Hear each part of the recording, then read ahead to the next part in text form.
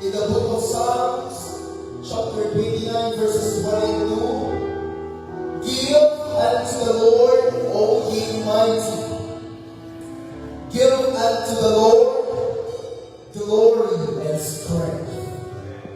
And verse 2, give unto the Lord the glory unto his name, and worship the Lord in the beauty of holiness.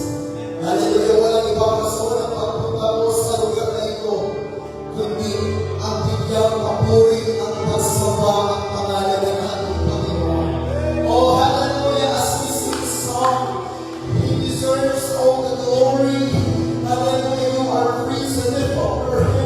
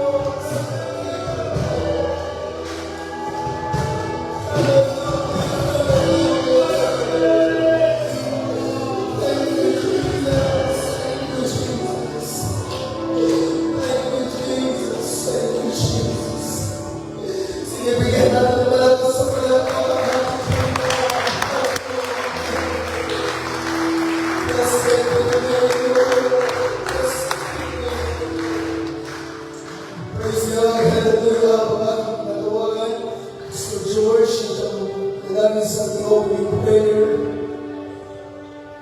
Maligaya ka, aming sa buwan ng ganito at sa Panginoon, may puso ng Diyos na maliligtas ang nagyaman ng pagkakas.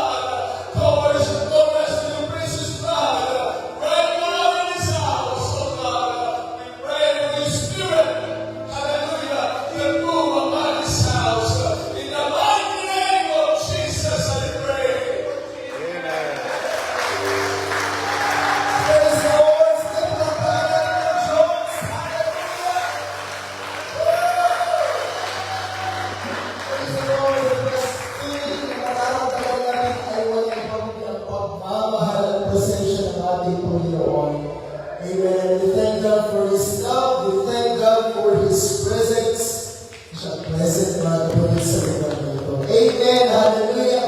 Praise the Lord. Mabalik nyo naroon din at sa ating mga tugaw. Amen. Kaya natin ganito.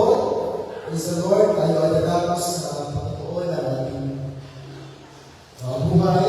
Praise God. Nawaya nga naroon sa ating pulpito. Sa sinungan ng yatay. Victory of earth na. Nawaya nga pasama ng kapsa. Praise the Lord. Sa mga victory of earth, mga kapatid. Ayan. Praise the Lord. Pagpapalit natin ang Panginoon.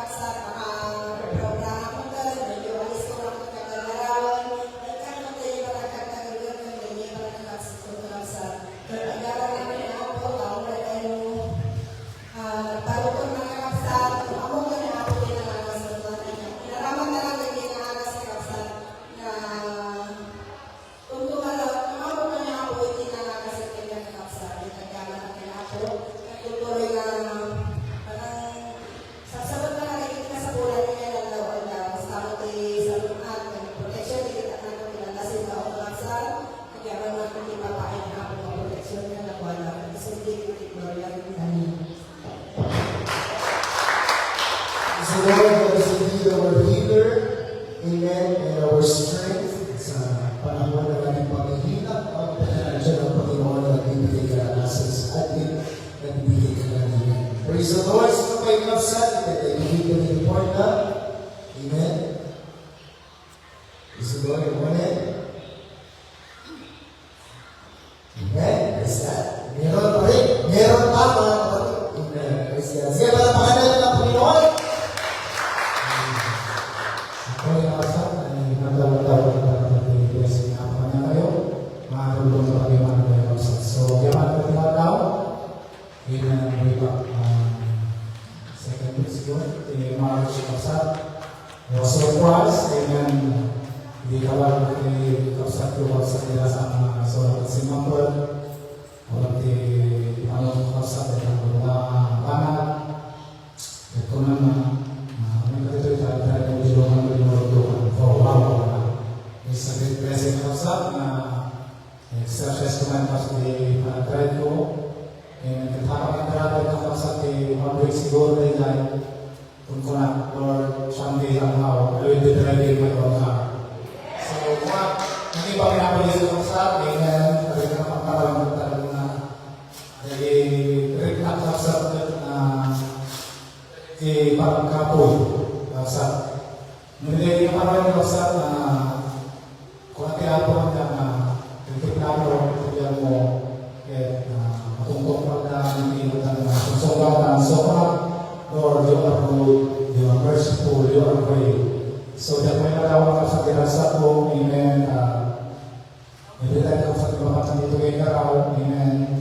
Madamang nilalaman ka sa pagkakalin na kakanta natin, pag ipusok ni Panginoon ka sa kakanta na kay Dawin na ako Diyos, kung kurang doon, naging magkawalay bigyan ko, amen. Tutulaw na yung masak na mag-itugteng di tayo, masak mo na kaya. Hindi ko tayo masak na ibigay ng anak ko Diyos. Hindi nga tayo napagkabang ng anak ko Diyos. Sa ito ng Lord. Hallelujah sa mga disgrasya. Hallelujah. Inayapan naman sa mga disgrasya na sabihin natin ko Diyos.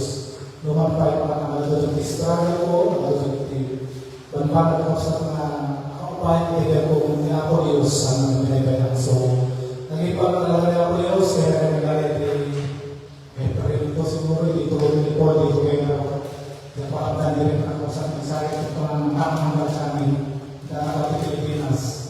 Amen. Sa nakakasulat tama ako sa nag-petso ng kalma kami ang nangapagiging so glory to God ako sa yaman pahapon na ako Diyos hallelujah malitin namin ang nagkakasa ng mga hindi conflict na kami masak hindi kalabas na tawin bulbungan may nagkakaroon ako sa reunion kami at united kami sa amen mas kawatipukat ng naran and kurang ng pulos ng iba. So, may naroon na po namin na tayo sa pagkakas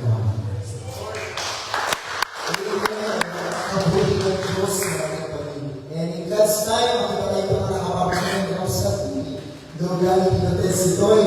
Amen. Nakakatay na natin sa amen. Praise the Lord. Sino ba yung victory report na sa praise the Lord. Yan. Praise God. Sige, parapangan pa natin siya para Panginoon.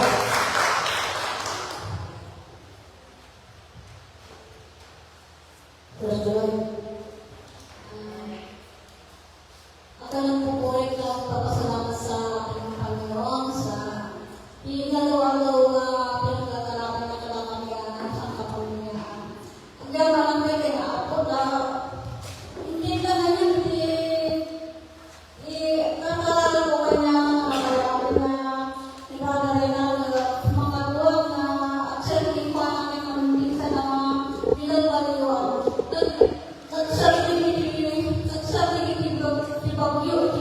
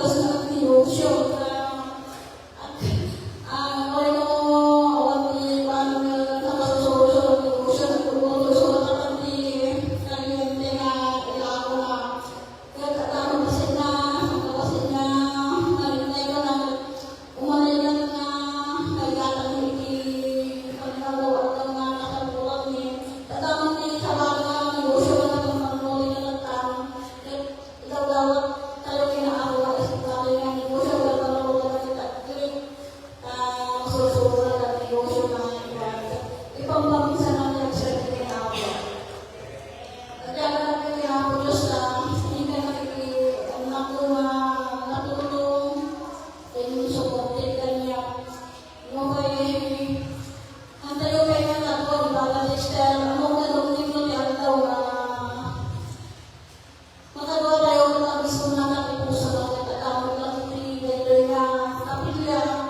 Huwag mo ang tayo kaya nga sa gawin na tayo. Mamot ganun din mo niya daw. Mga sulat at magagawa tayo mag-alay. Kagalan tayo sulaan, nagawsak na hikagalit siya ng magagawa tayo mag-alay kay Brother Eden. Tadi puso ni Brother Dexter, agaw na lang nito, isukotin, isunan, ikawain, ada ini mereka kan sesuai dengan ini kalau ada sebelum kita berada. Isu aku kalau kita tidak tahu maka kalau yang lain masa lama ini yang ada pada dalam diri kesehatan lainnya ada pada diri itu maka kalau isu nak kita tidak bawa mereka ini kambulan ini aku kita mengaku kami pemilihan nasib kuana. Kita oleh kita bawa dunia aku bawa aku mengalami makikat na sang kamaysa kami sang pamilya masuk sa kita ng so ako tulungan ng kausap na magkalaran ng Brother Dexter, ng Brother Eden tayo sumunod makagawa tayo. Amin may kaya kita sa salamat sa pagkinapo.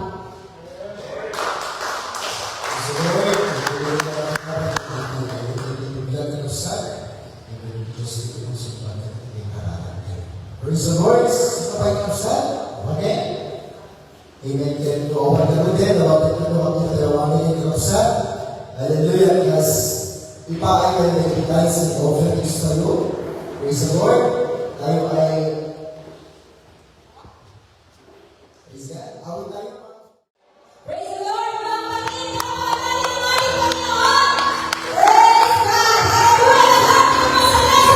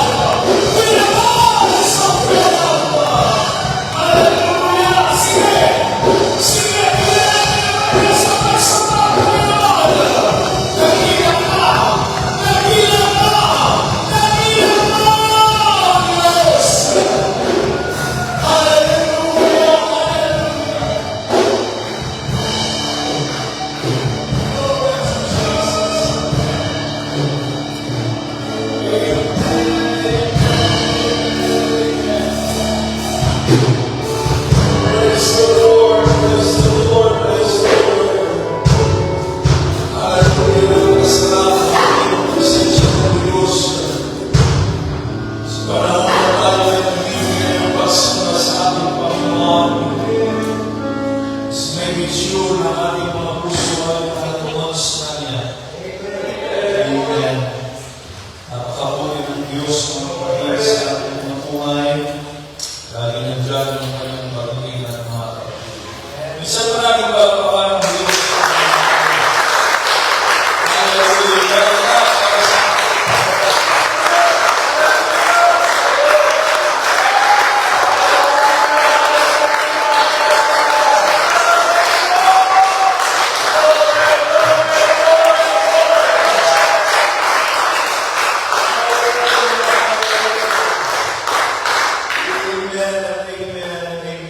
Praise the Lord. Salamat sa kanyang pag-ibig sa bawat isa sa atin. Tunay nga na ang pag-ibig ng Diyos ay tawid at patuloy natin nararamdaman. Amen. Hanggang sa araw na ito. Praise the Lord. Amen. Salamat sa kanyang pagpapala sa itong linggo. Amen. Muli tayo bigyan ng pagkakataon ng bigyan ng patuloy at pagsama sa Panginoon. Praise the Lord. So, walang pagkakalaan, the book of Philippians, chapter 1.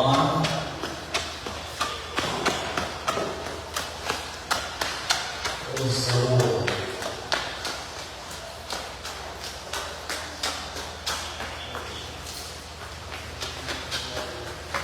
So, lahat na nakakita ng book of Philippians, masasabing praise the Lord. Praise the Lord!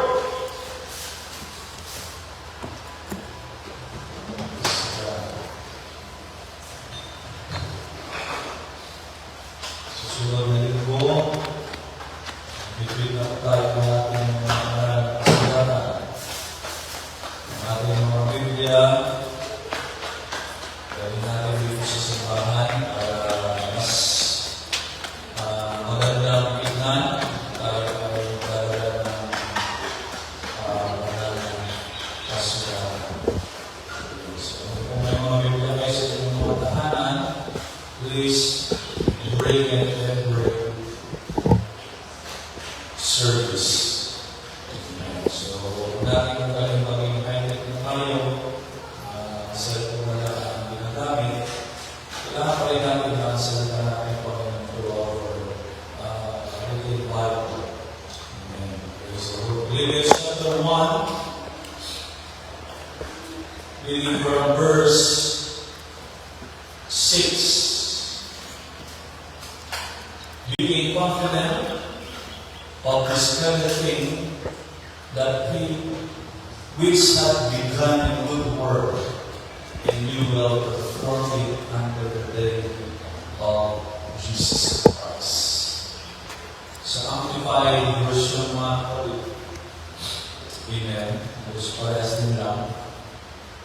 Being confident of this very thing, that he who has begun a good work in you will continue to perfect and complete it until the day of Jesus Christ.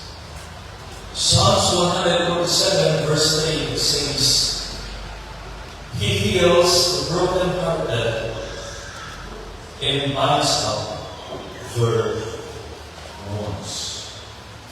Amen. He heals the brokenhearted and binds up their wounds. So we can Tagalog, or James, the book of Psalms 147 verse 3. It says, Kanya pinapagaling ng mga may bagbag na puso. Tinatalian niya ang kanilang mga suot.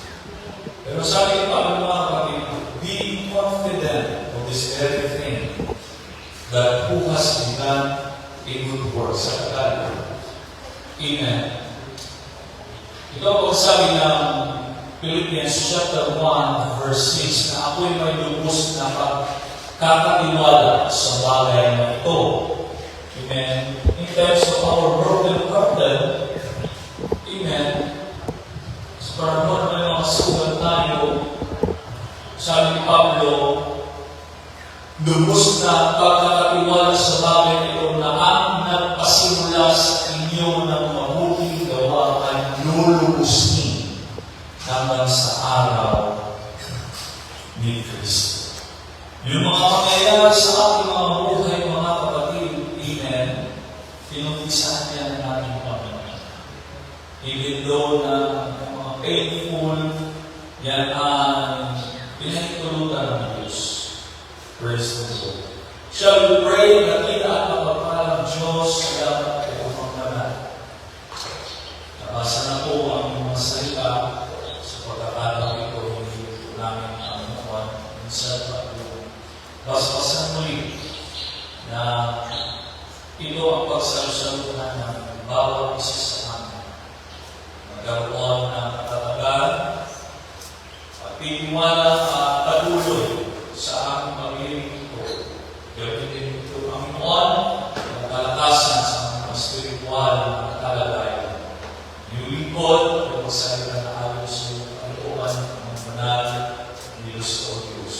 Ang bawat isa sa amin, ganoon ang pagpangyarihan ko yung sa Iglesia. God, we praise you in Jesus' name. Isang malakas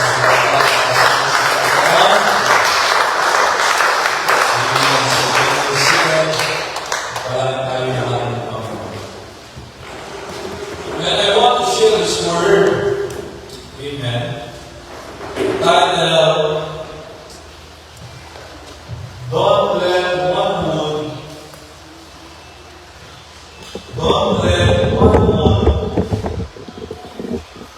stop what God began. Don't let one mood stop what God began. Huwag mong hayaan na isang sugat ang magpapahinto sa iyong isahan ng Diyos. Shall we say amen? March 2016, sa grupo ng Philippine Army, nagkaroon po sila ng tinatawag na encounter sa Mindanao, kung saan nakaharap nila yung tinatawag na BIFF o yung Bangsamoro Islamic Fire. Yun yun. Freedom Fighter. Na kung saan sa kupunan o sa tinatawag na grupo ng mga kasundaluhan mayroong 5 casualties. Isa dito yung nasabugan ng IED na kung saan kanyang mata ay natamaan. Itong tao ito ay nawala yung kanyang eyesight dahil sa tama ng IED. Nung nag-blast mga kapatid, pumutok yun, 5 sa kasundaluhan namatay, isa sa survive, itong si Jerome Kakuba. At sa kanyang tama ng balas kanyang mata, ang naging dahilan na hindi na siya nakakakita. Pero sa sitwasyon na nangyari, mga kapatid at kaibigan, amen, ang kanyang buhay ay kanyang bago. Sa time na yan, ilang taon na magkaroon ng panghihina dahil naging kaswati siya mga kapatid, ang kanyang mata ay nakamahan. Sa panahon na nandun siya sa hospital, nagpagaling siya, dumaan sa maraming surgery, sa maraming operasyon, itong si Jerome Kakuba ay nakasurvive. At sa kanyang survival, mga kapatid, nagkaroon siya ng panibagong buhay para baguhin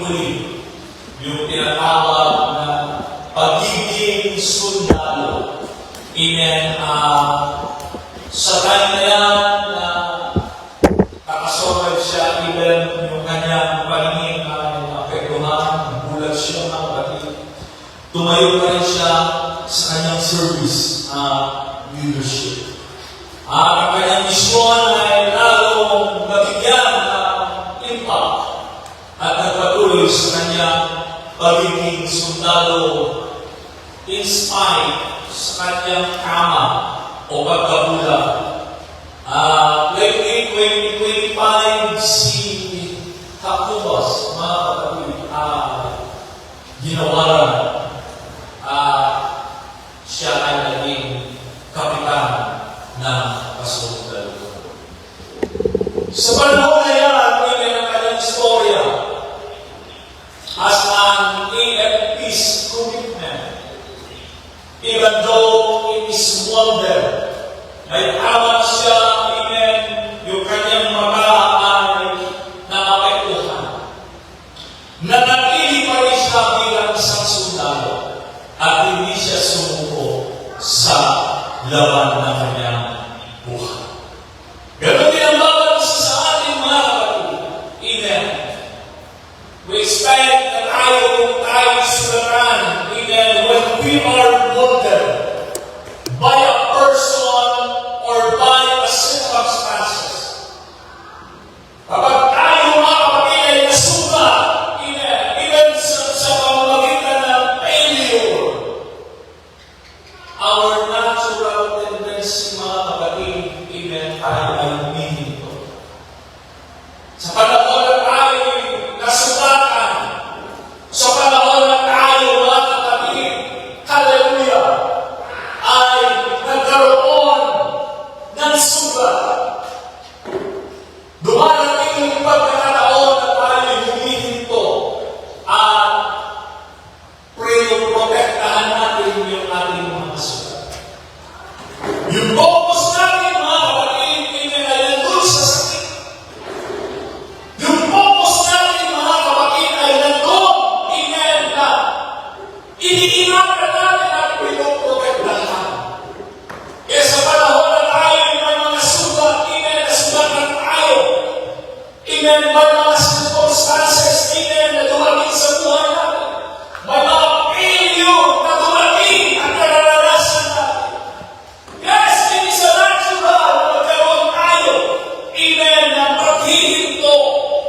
Para protektahan yung nangyari sa buhay natin o yung sugat na meron tayo.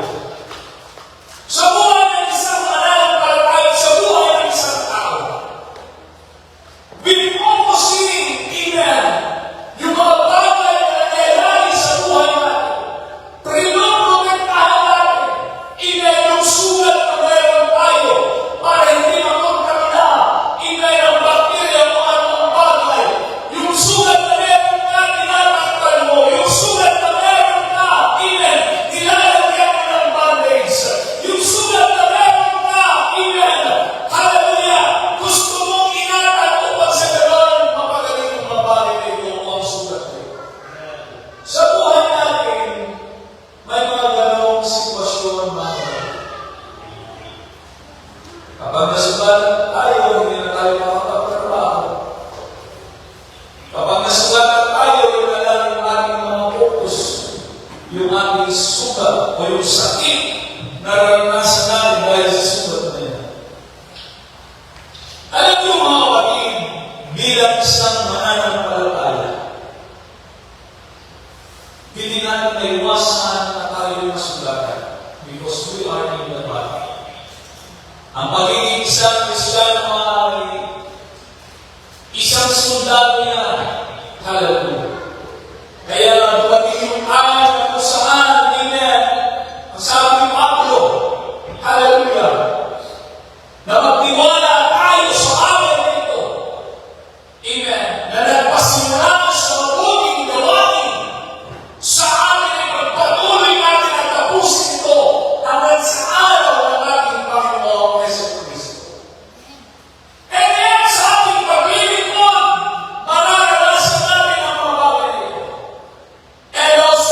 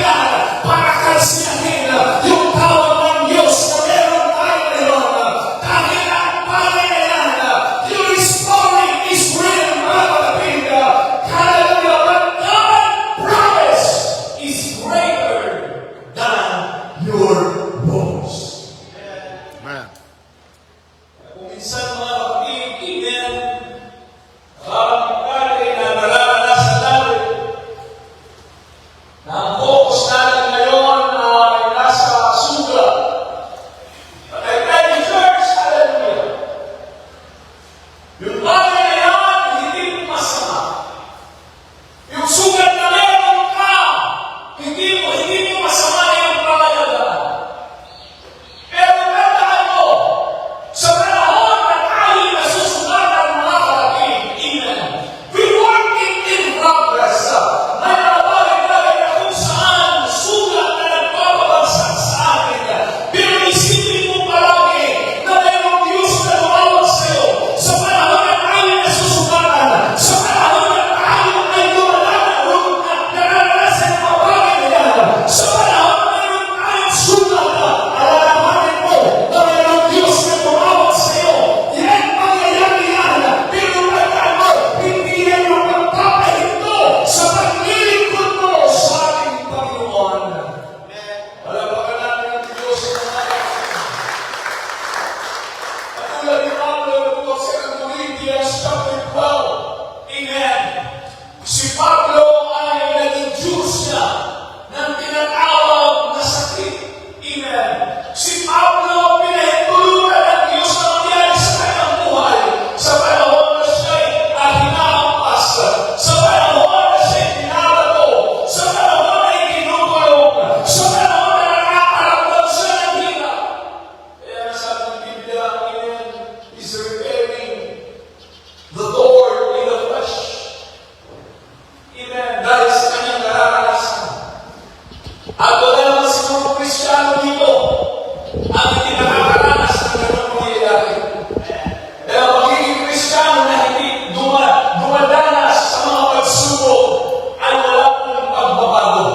Kaya salamat sa ating Panginoon.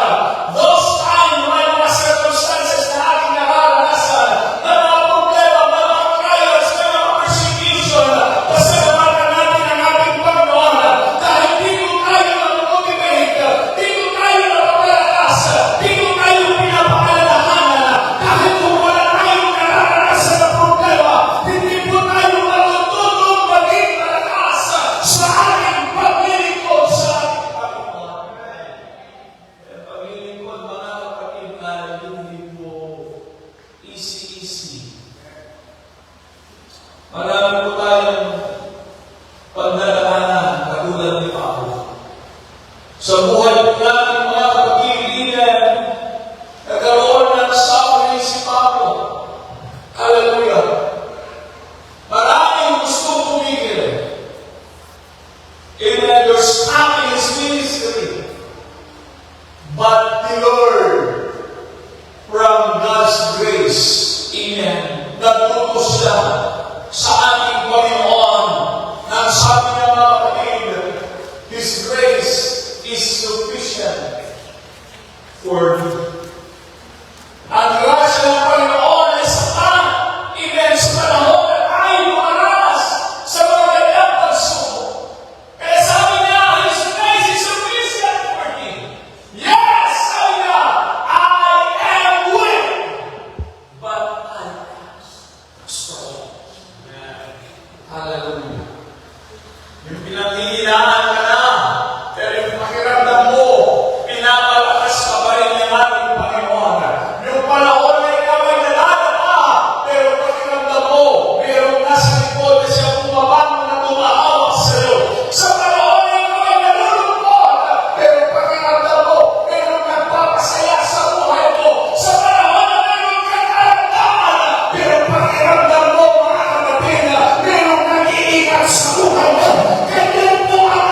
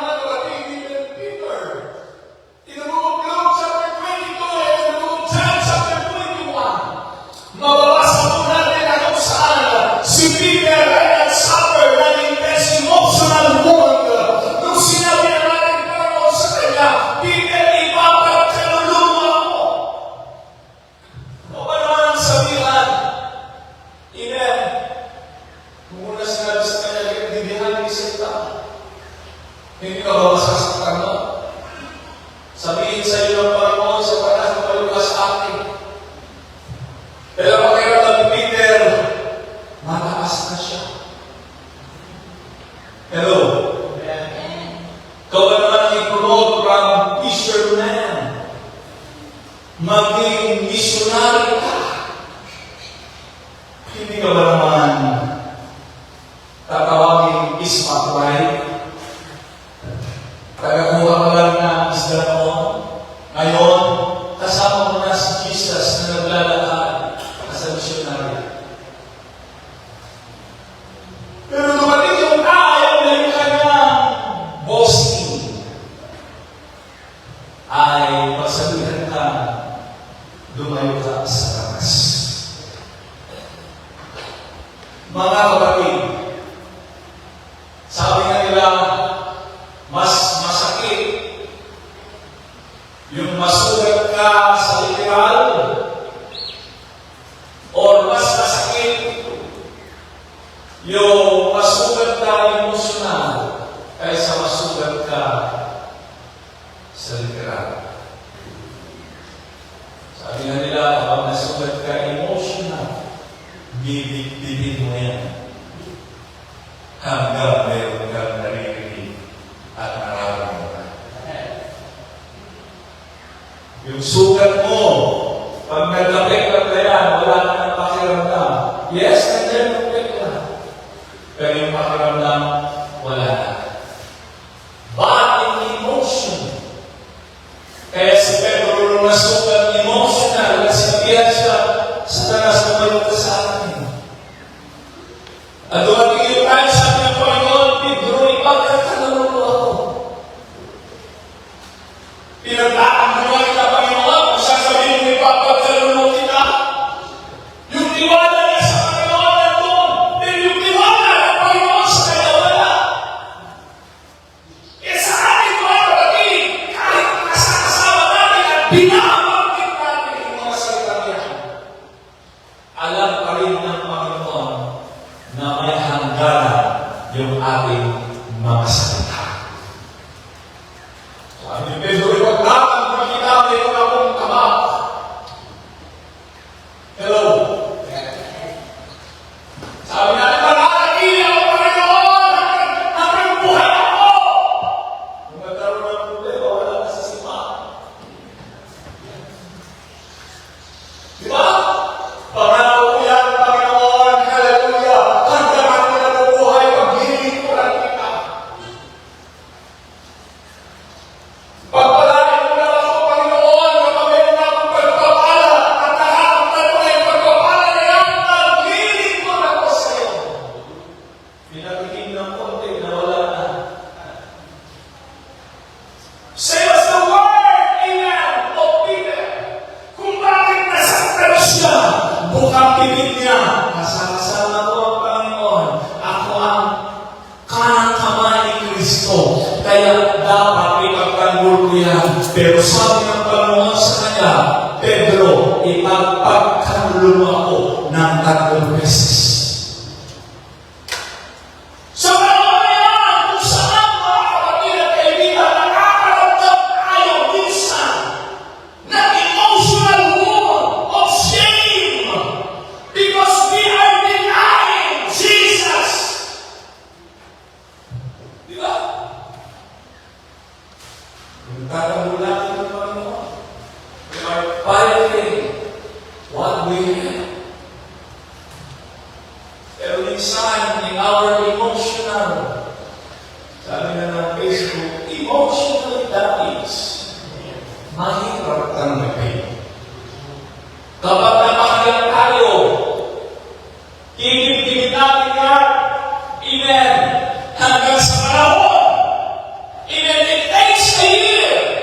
Kasi si Pedro mga kapatid, amen, nagkaroon na siya ng emotional wound of shame after denying Jesus 3 times, mga kapatid at kaibigan, sa kanyang buhay. Hallelujah! Ipinagkatiwala pa rin kayo mga bagay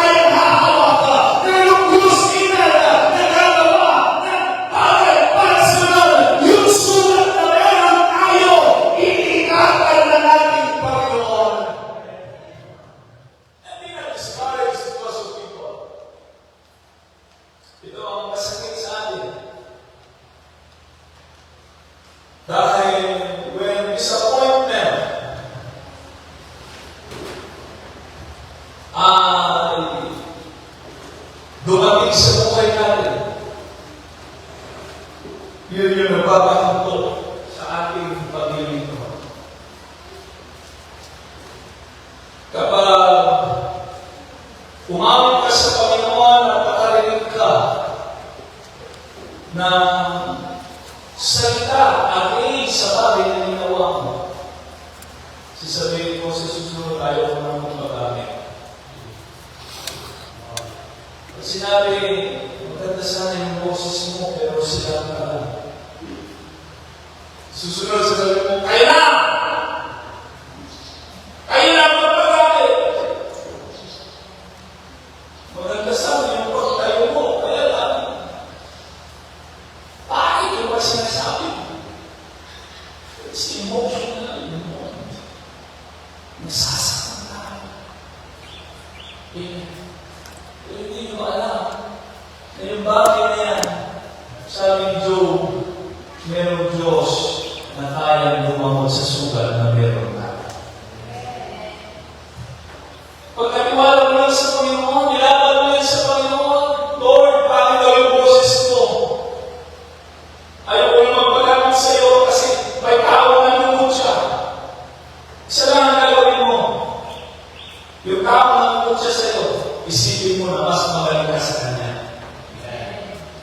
You can overcome.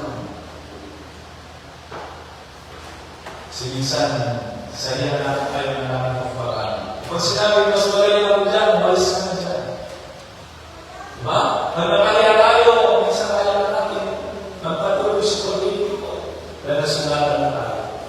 Ayaw ko na pumunta doon sa simbahan na yan, nasulatan na to. Iba pa rin yung sinasabi nila, ayaw ko na pumunta sa simbahan yung pinagkakaisan nila ako. Mga kapatid, minsan kailangan din natin mag-mature. Amen sa ating mga paglilingkod sa Panginoon. When one person can hurt you, amen, lagi mong tatandaan, we need to focus on Him, not those people who can hurt. Because those people, or what people, who hurt you, they have no authority to cancel the purpose of God in your life. Yung taong bukod siya sa iyo, yung taong nagpapabagsak sa iyo, yung taong nagbibigay ng sakit sa iyo, yung taong lagi kang kinukot siya, hindi yan yung taong magbibigay o magpapabagsak sa paglilingkod mo sa Panginoon. Gawin mo lang stepping stone yung mga bagay na yan. Amen. At sabihin mo, Lord, yung bagay na yan, painful man yung mga sinasabi nila sa akin. Painful man, amen, nakakasugal man yung sinasabi ng tao sa akin. Mananatili pa rin ako na maging tapat sa aking paglilingkod sa iyo. Because the Bible says, being confident of this very thing, that He which hath begun a good work, and He will perform. Kaya isang tao lang ang pagpapagsak sa iyo sa mga ating Panginoon. We need to guard our spirit. Yung ating spirito ang ibibigay ng ating Panginoon para tayo maging malakas. Through the Spirit of God, is still building something holy in us. Kaya may salita natin, Panginoon, amen, be holy for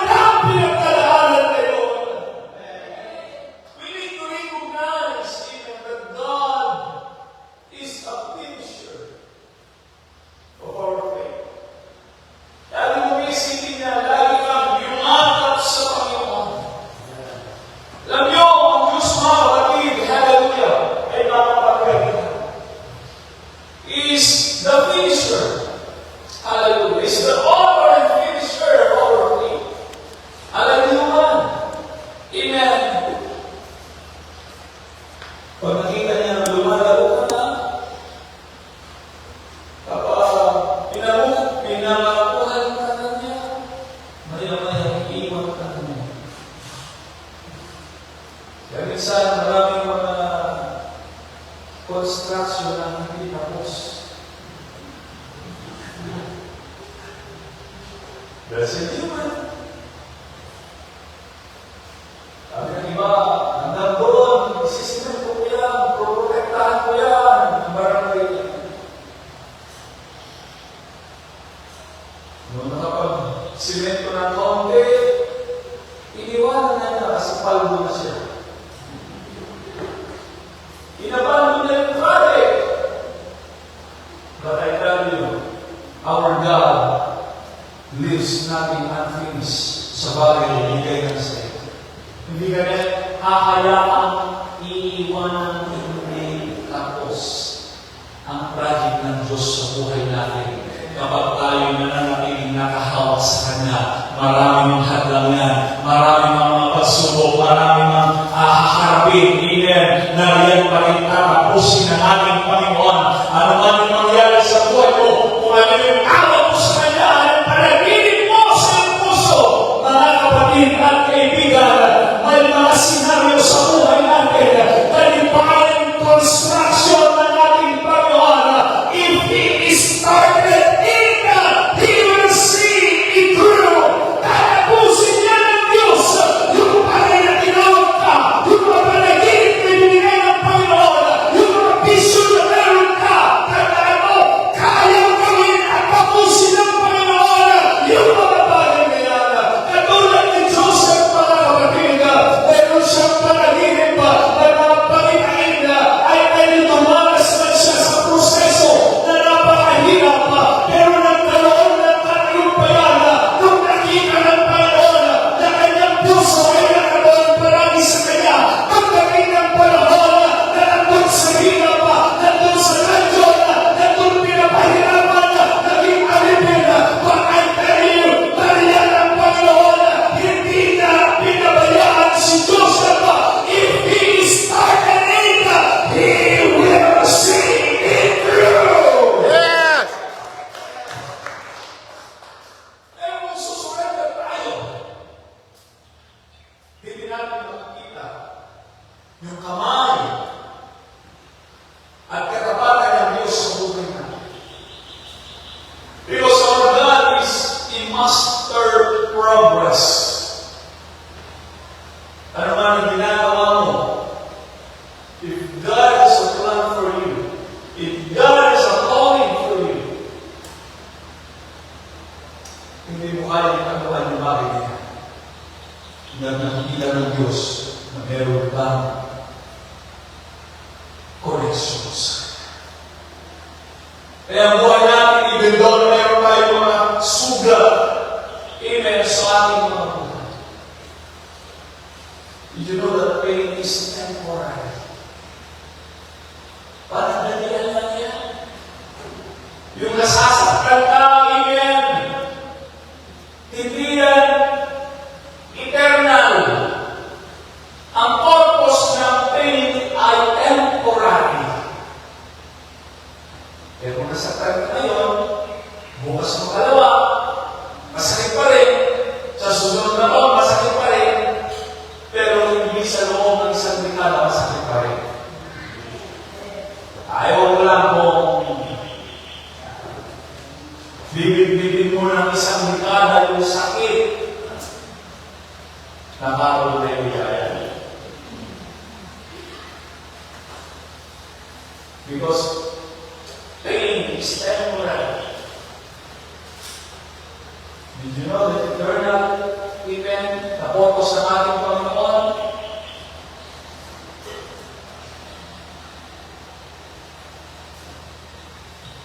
Yung bagay na yan, na kung saan ipagpapatuloy niya ng Diyos. Kaya sabi nga doon, John's story by painful middle chapter.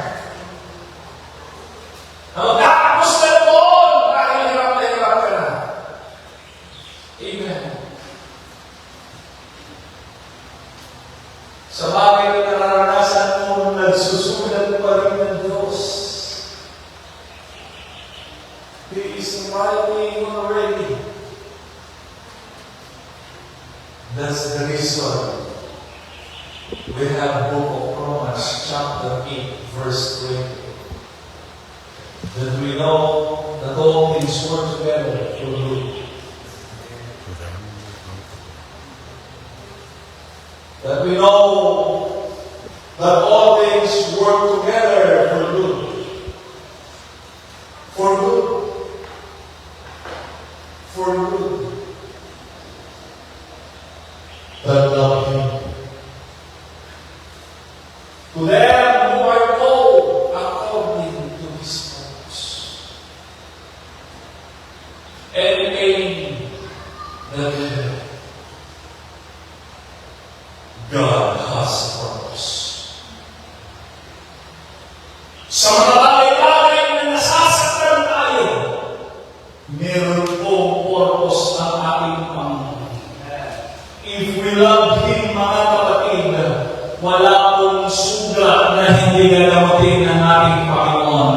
Kahit gaano kalaki yung sugat na yan, hindi yan yung magiging dahilan para kansiyahin niya yung tawag ng Panginoon sa buhay mo.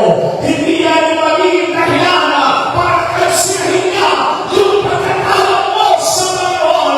I tell you, that pain, ilan na naranasan mo yun, that sugat na naranasan mo yun, huwag-iwagin ka na maging ng ating Panginoon at ipapakita na you are in the healing process. Kapag nandun ka na sa healing process, ipapakita na ng Diyos yung mga purpose niya kung bakit nangyari yan sa buhay mo. We need to acknowledge pain. Don't ignore it. Kung masakit yan, i-acknowledge mo. Tao ka eh.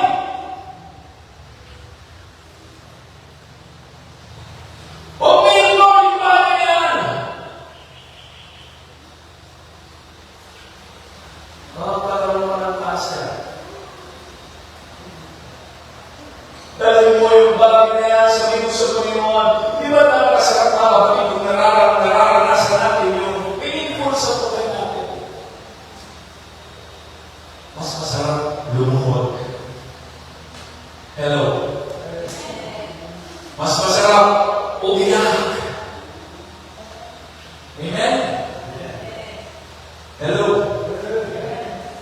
Kapag meron tayong nararanasan na sakit pa Brother James, mas masarap dalhin yung luhang tumutulo sa ating mga bisig.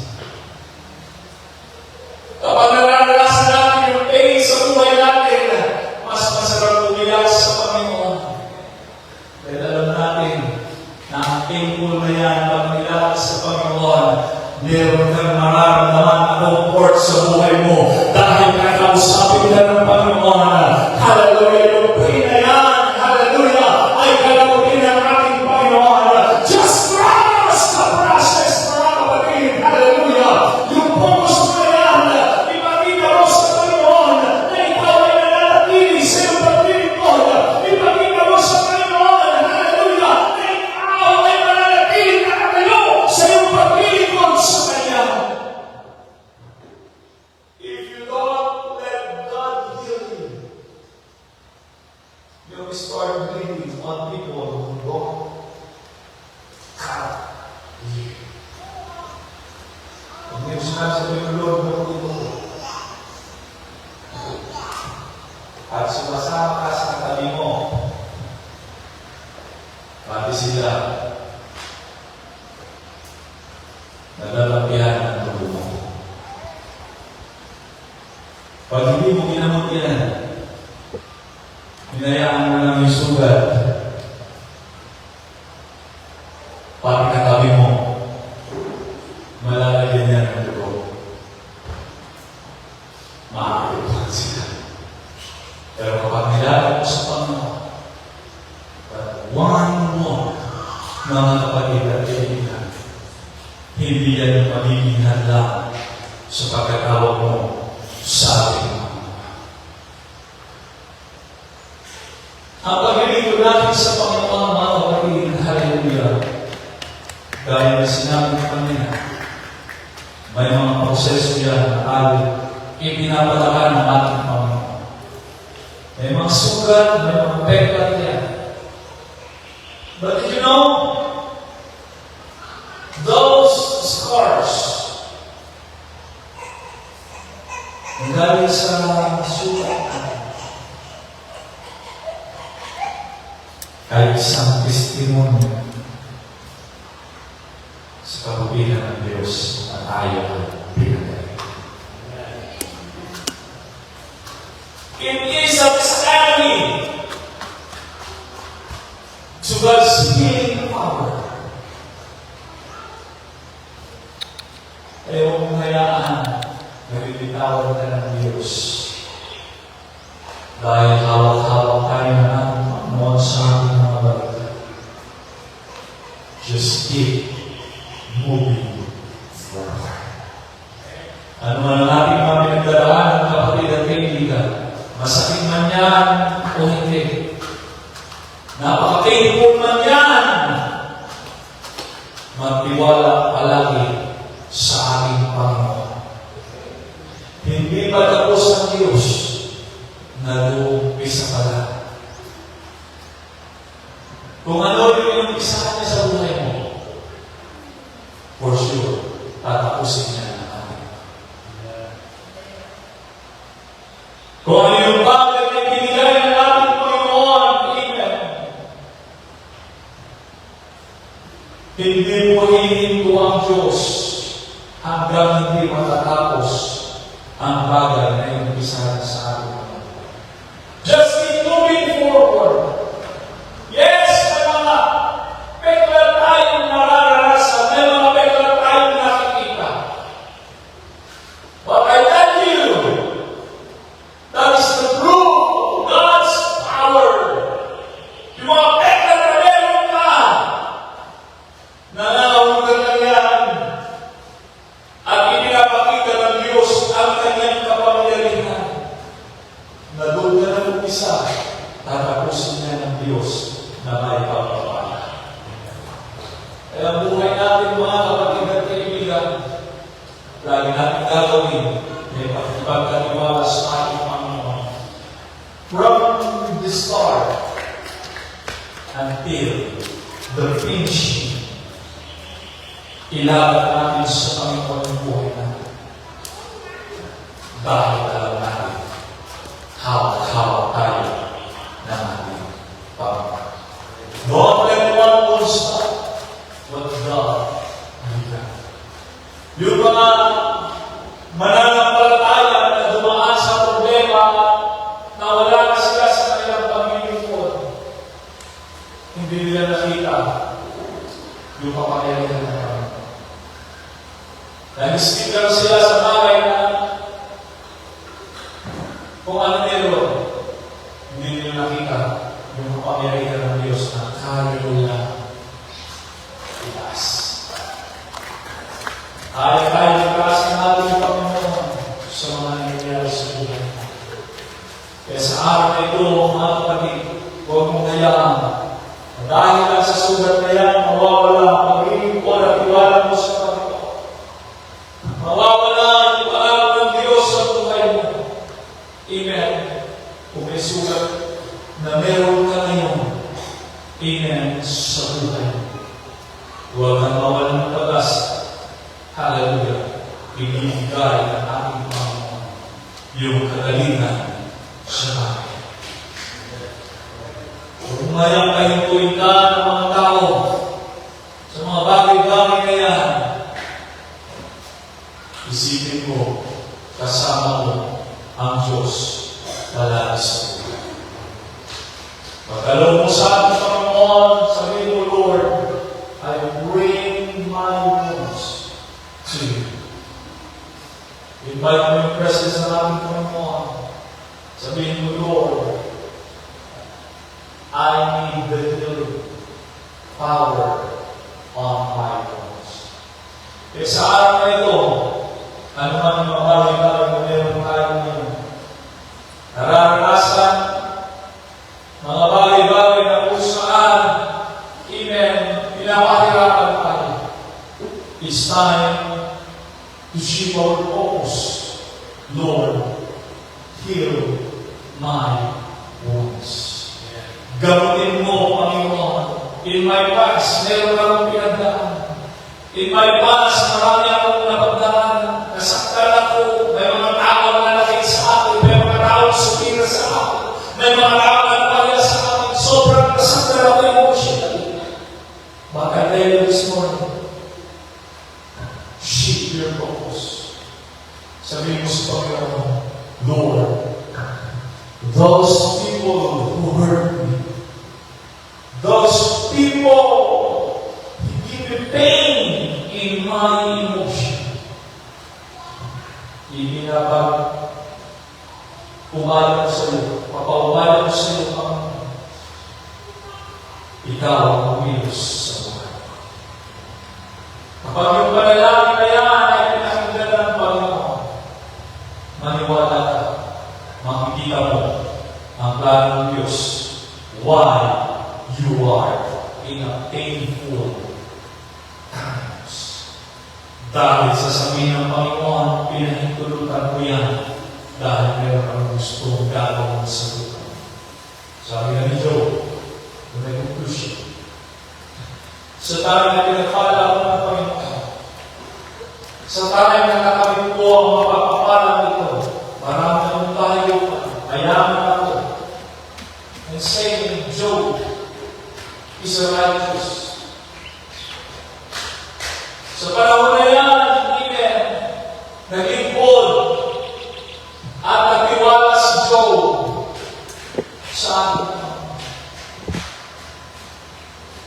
Nung tumating sa kanya, nasugatan na ng puso. Nagkaroon siya ng literal na karamdaman. Emotional and physical aspects sa kanyang buhay. Yung kayamanan niya nawala. Yung mga anak niya nawala.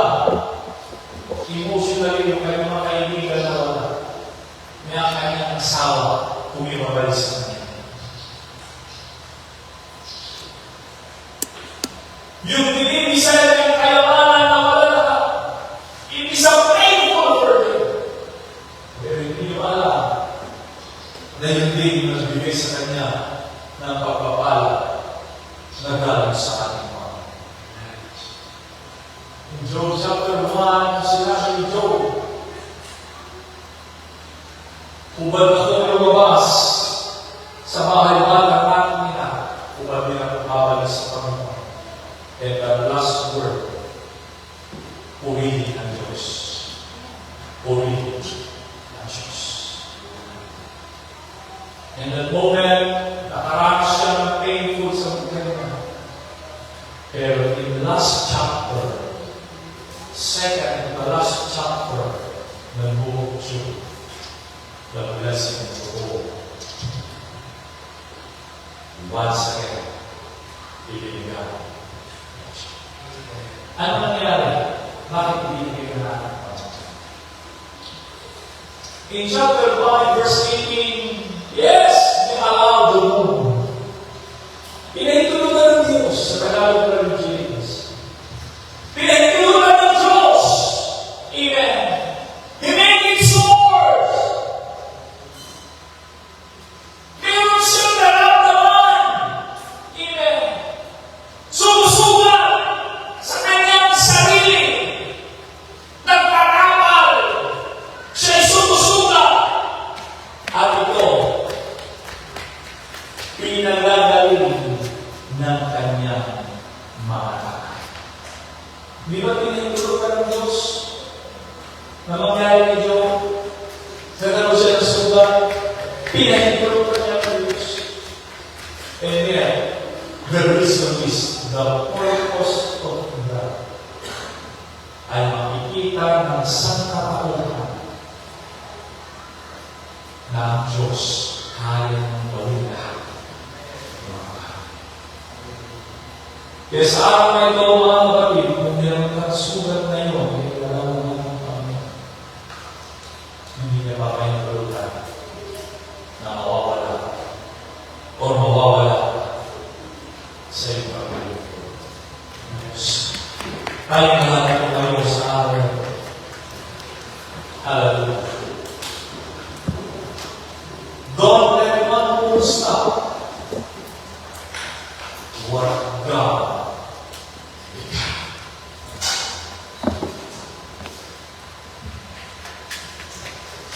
Kung naglilingkod ka sa Panginoon, expect something for Him. Even a painful way, masakit man sa amin, masakit man sa pakiramdam, masakit man sa buhay. Just focus on Him. Lord, nakaranas ako ng sakit sa pakiramdam. Sinaktan ako ng kapwa ko. Pinahiya ako ng kaibigan ko.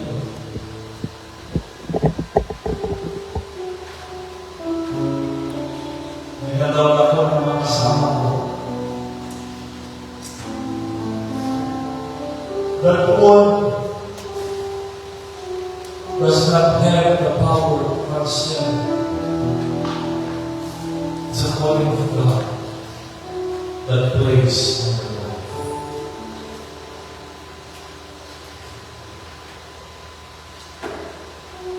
Gaano man kasakit o gaano man nakakahiya, meron tayo ito.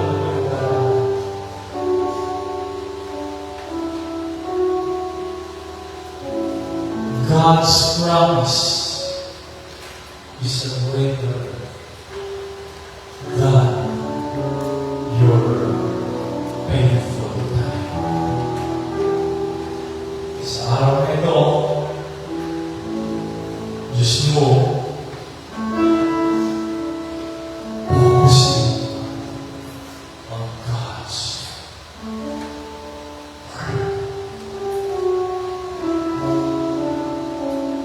Kung meron kang nararamdaman ngayon na painful sa buhay mo, I invite you to come this hour.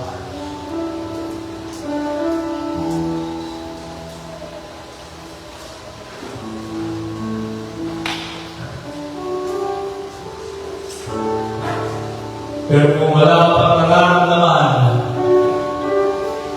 ngayon pa lang ipadalangin mo na, Lord. Katulad ni Pablo, katulad ni Pedro, sa painful situation,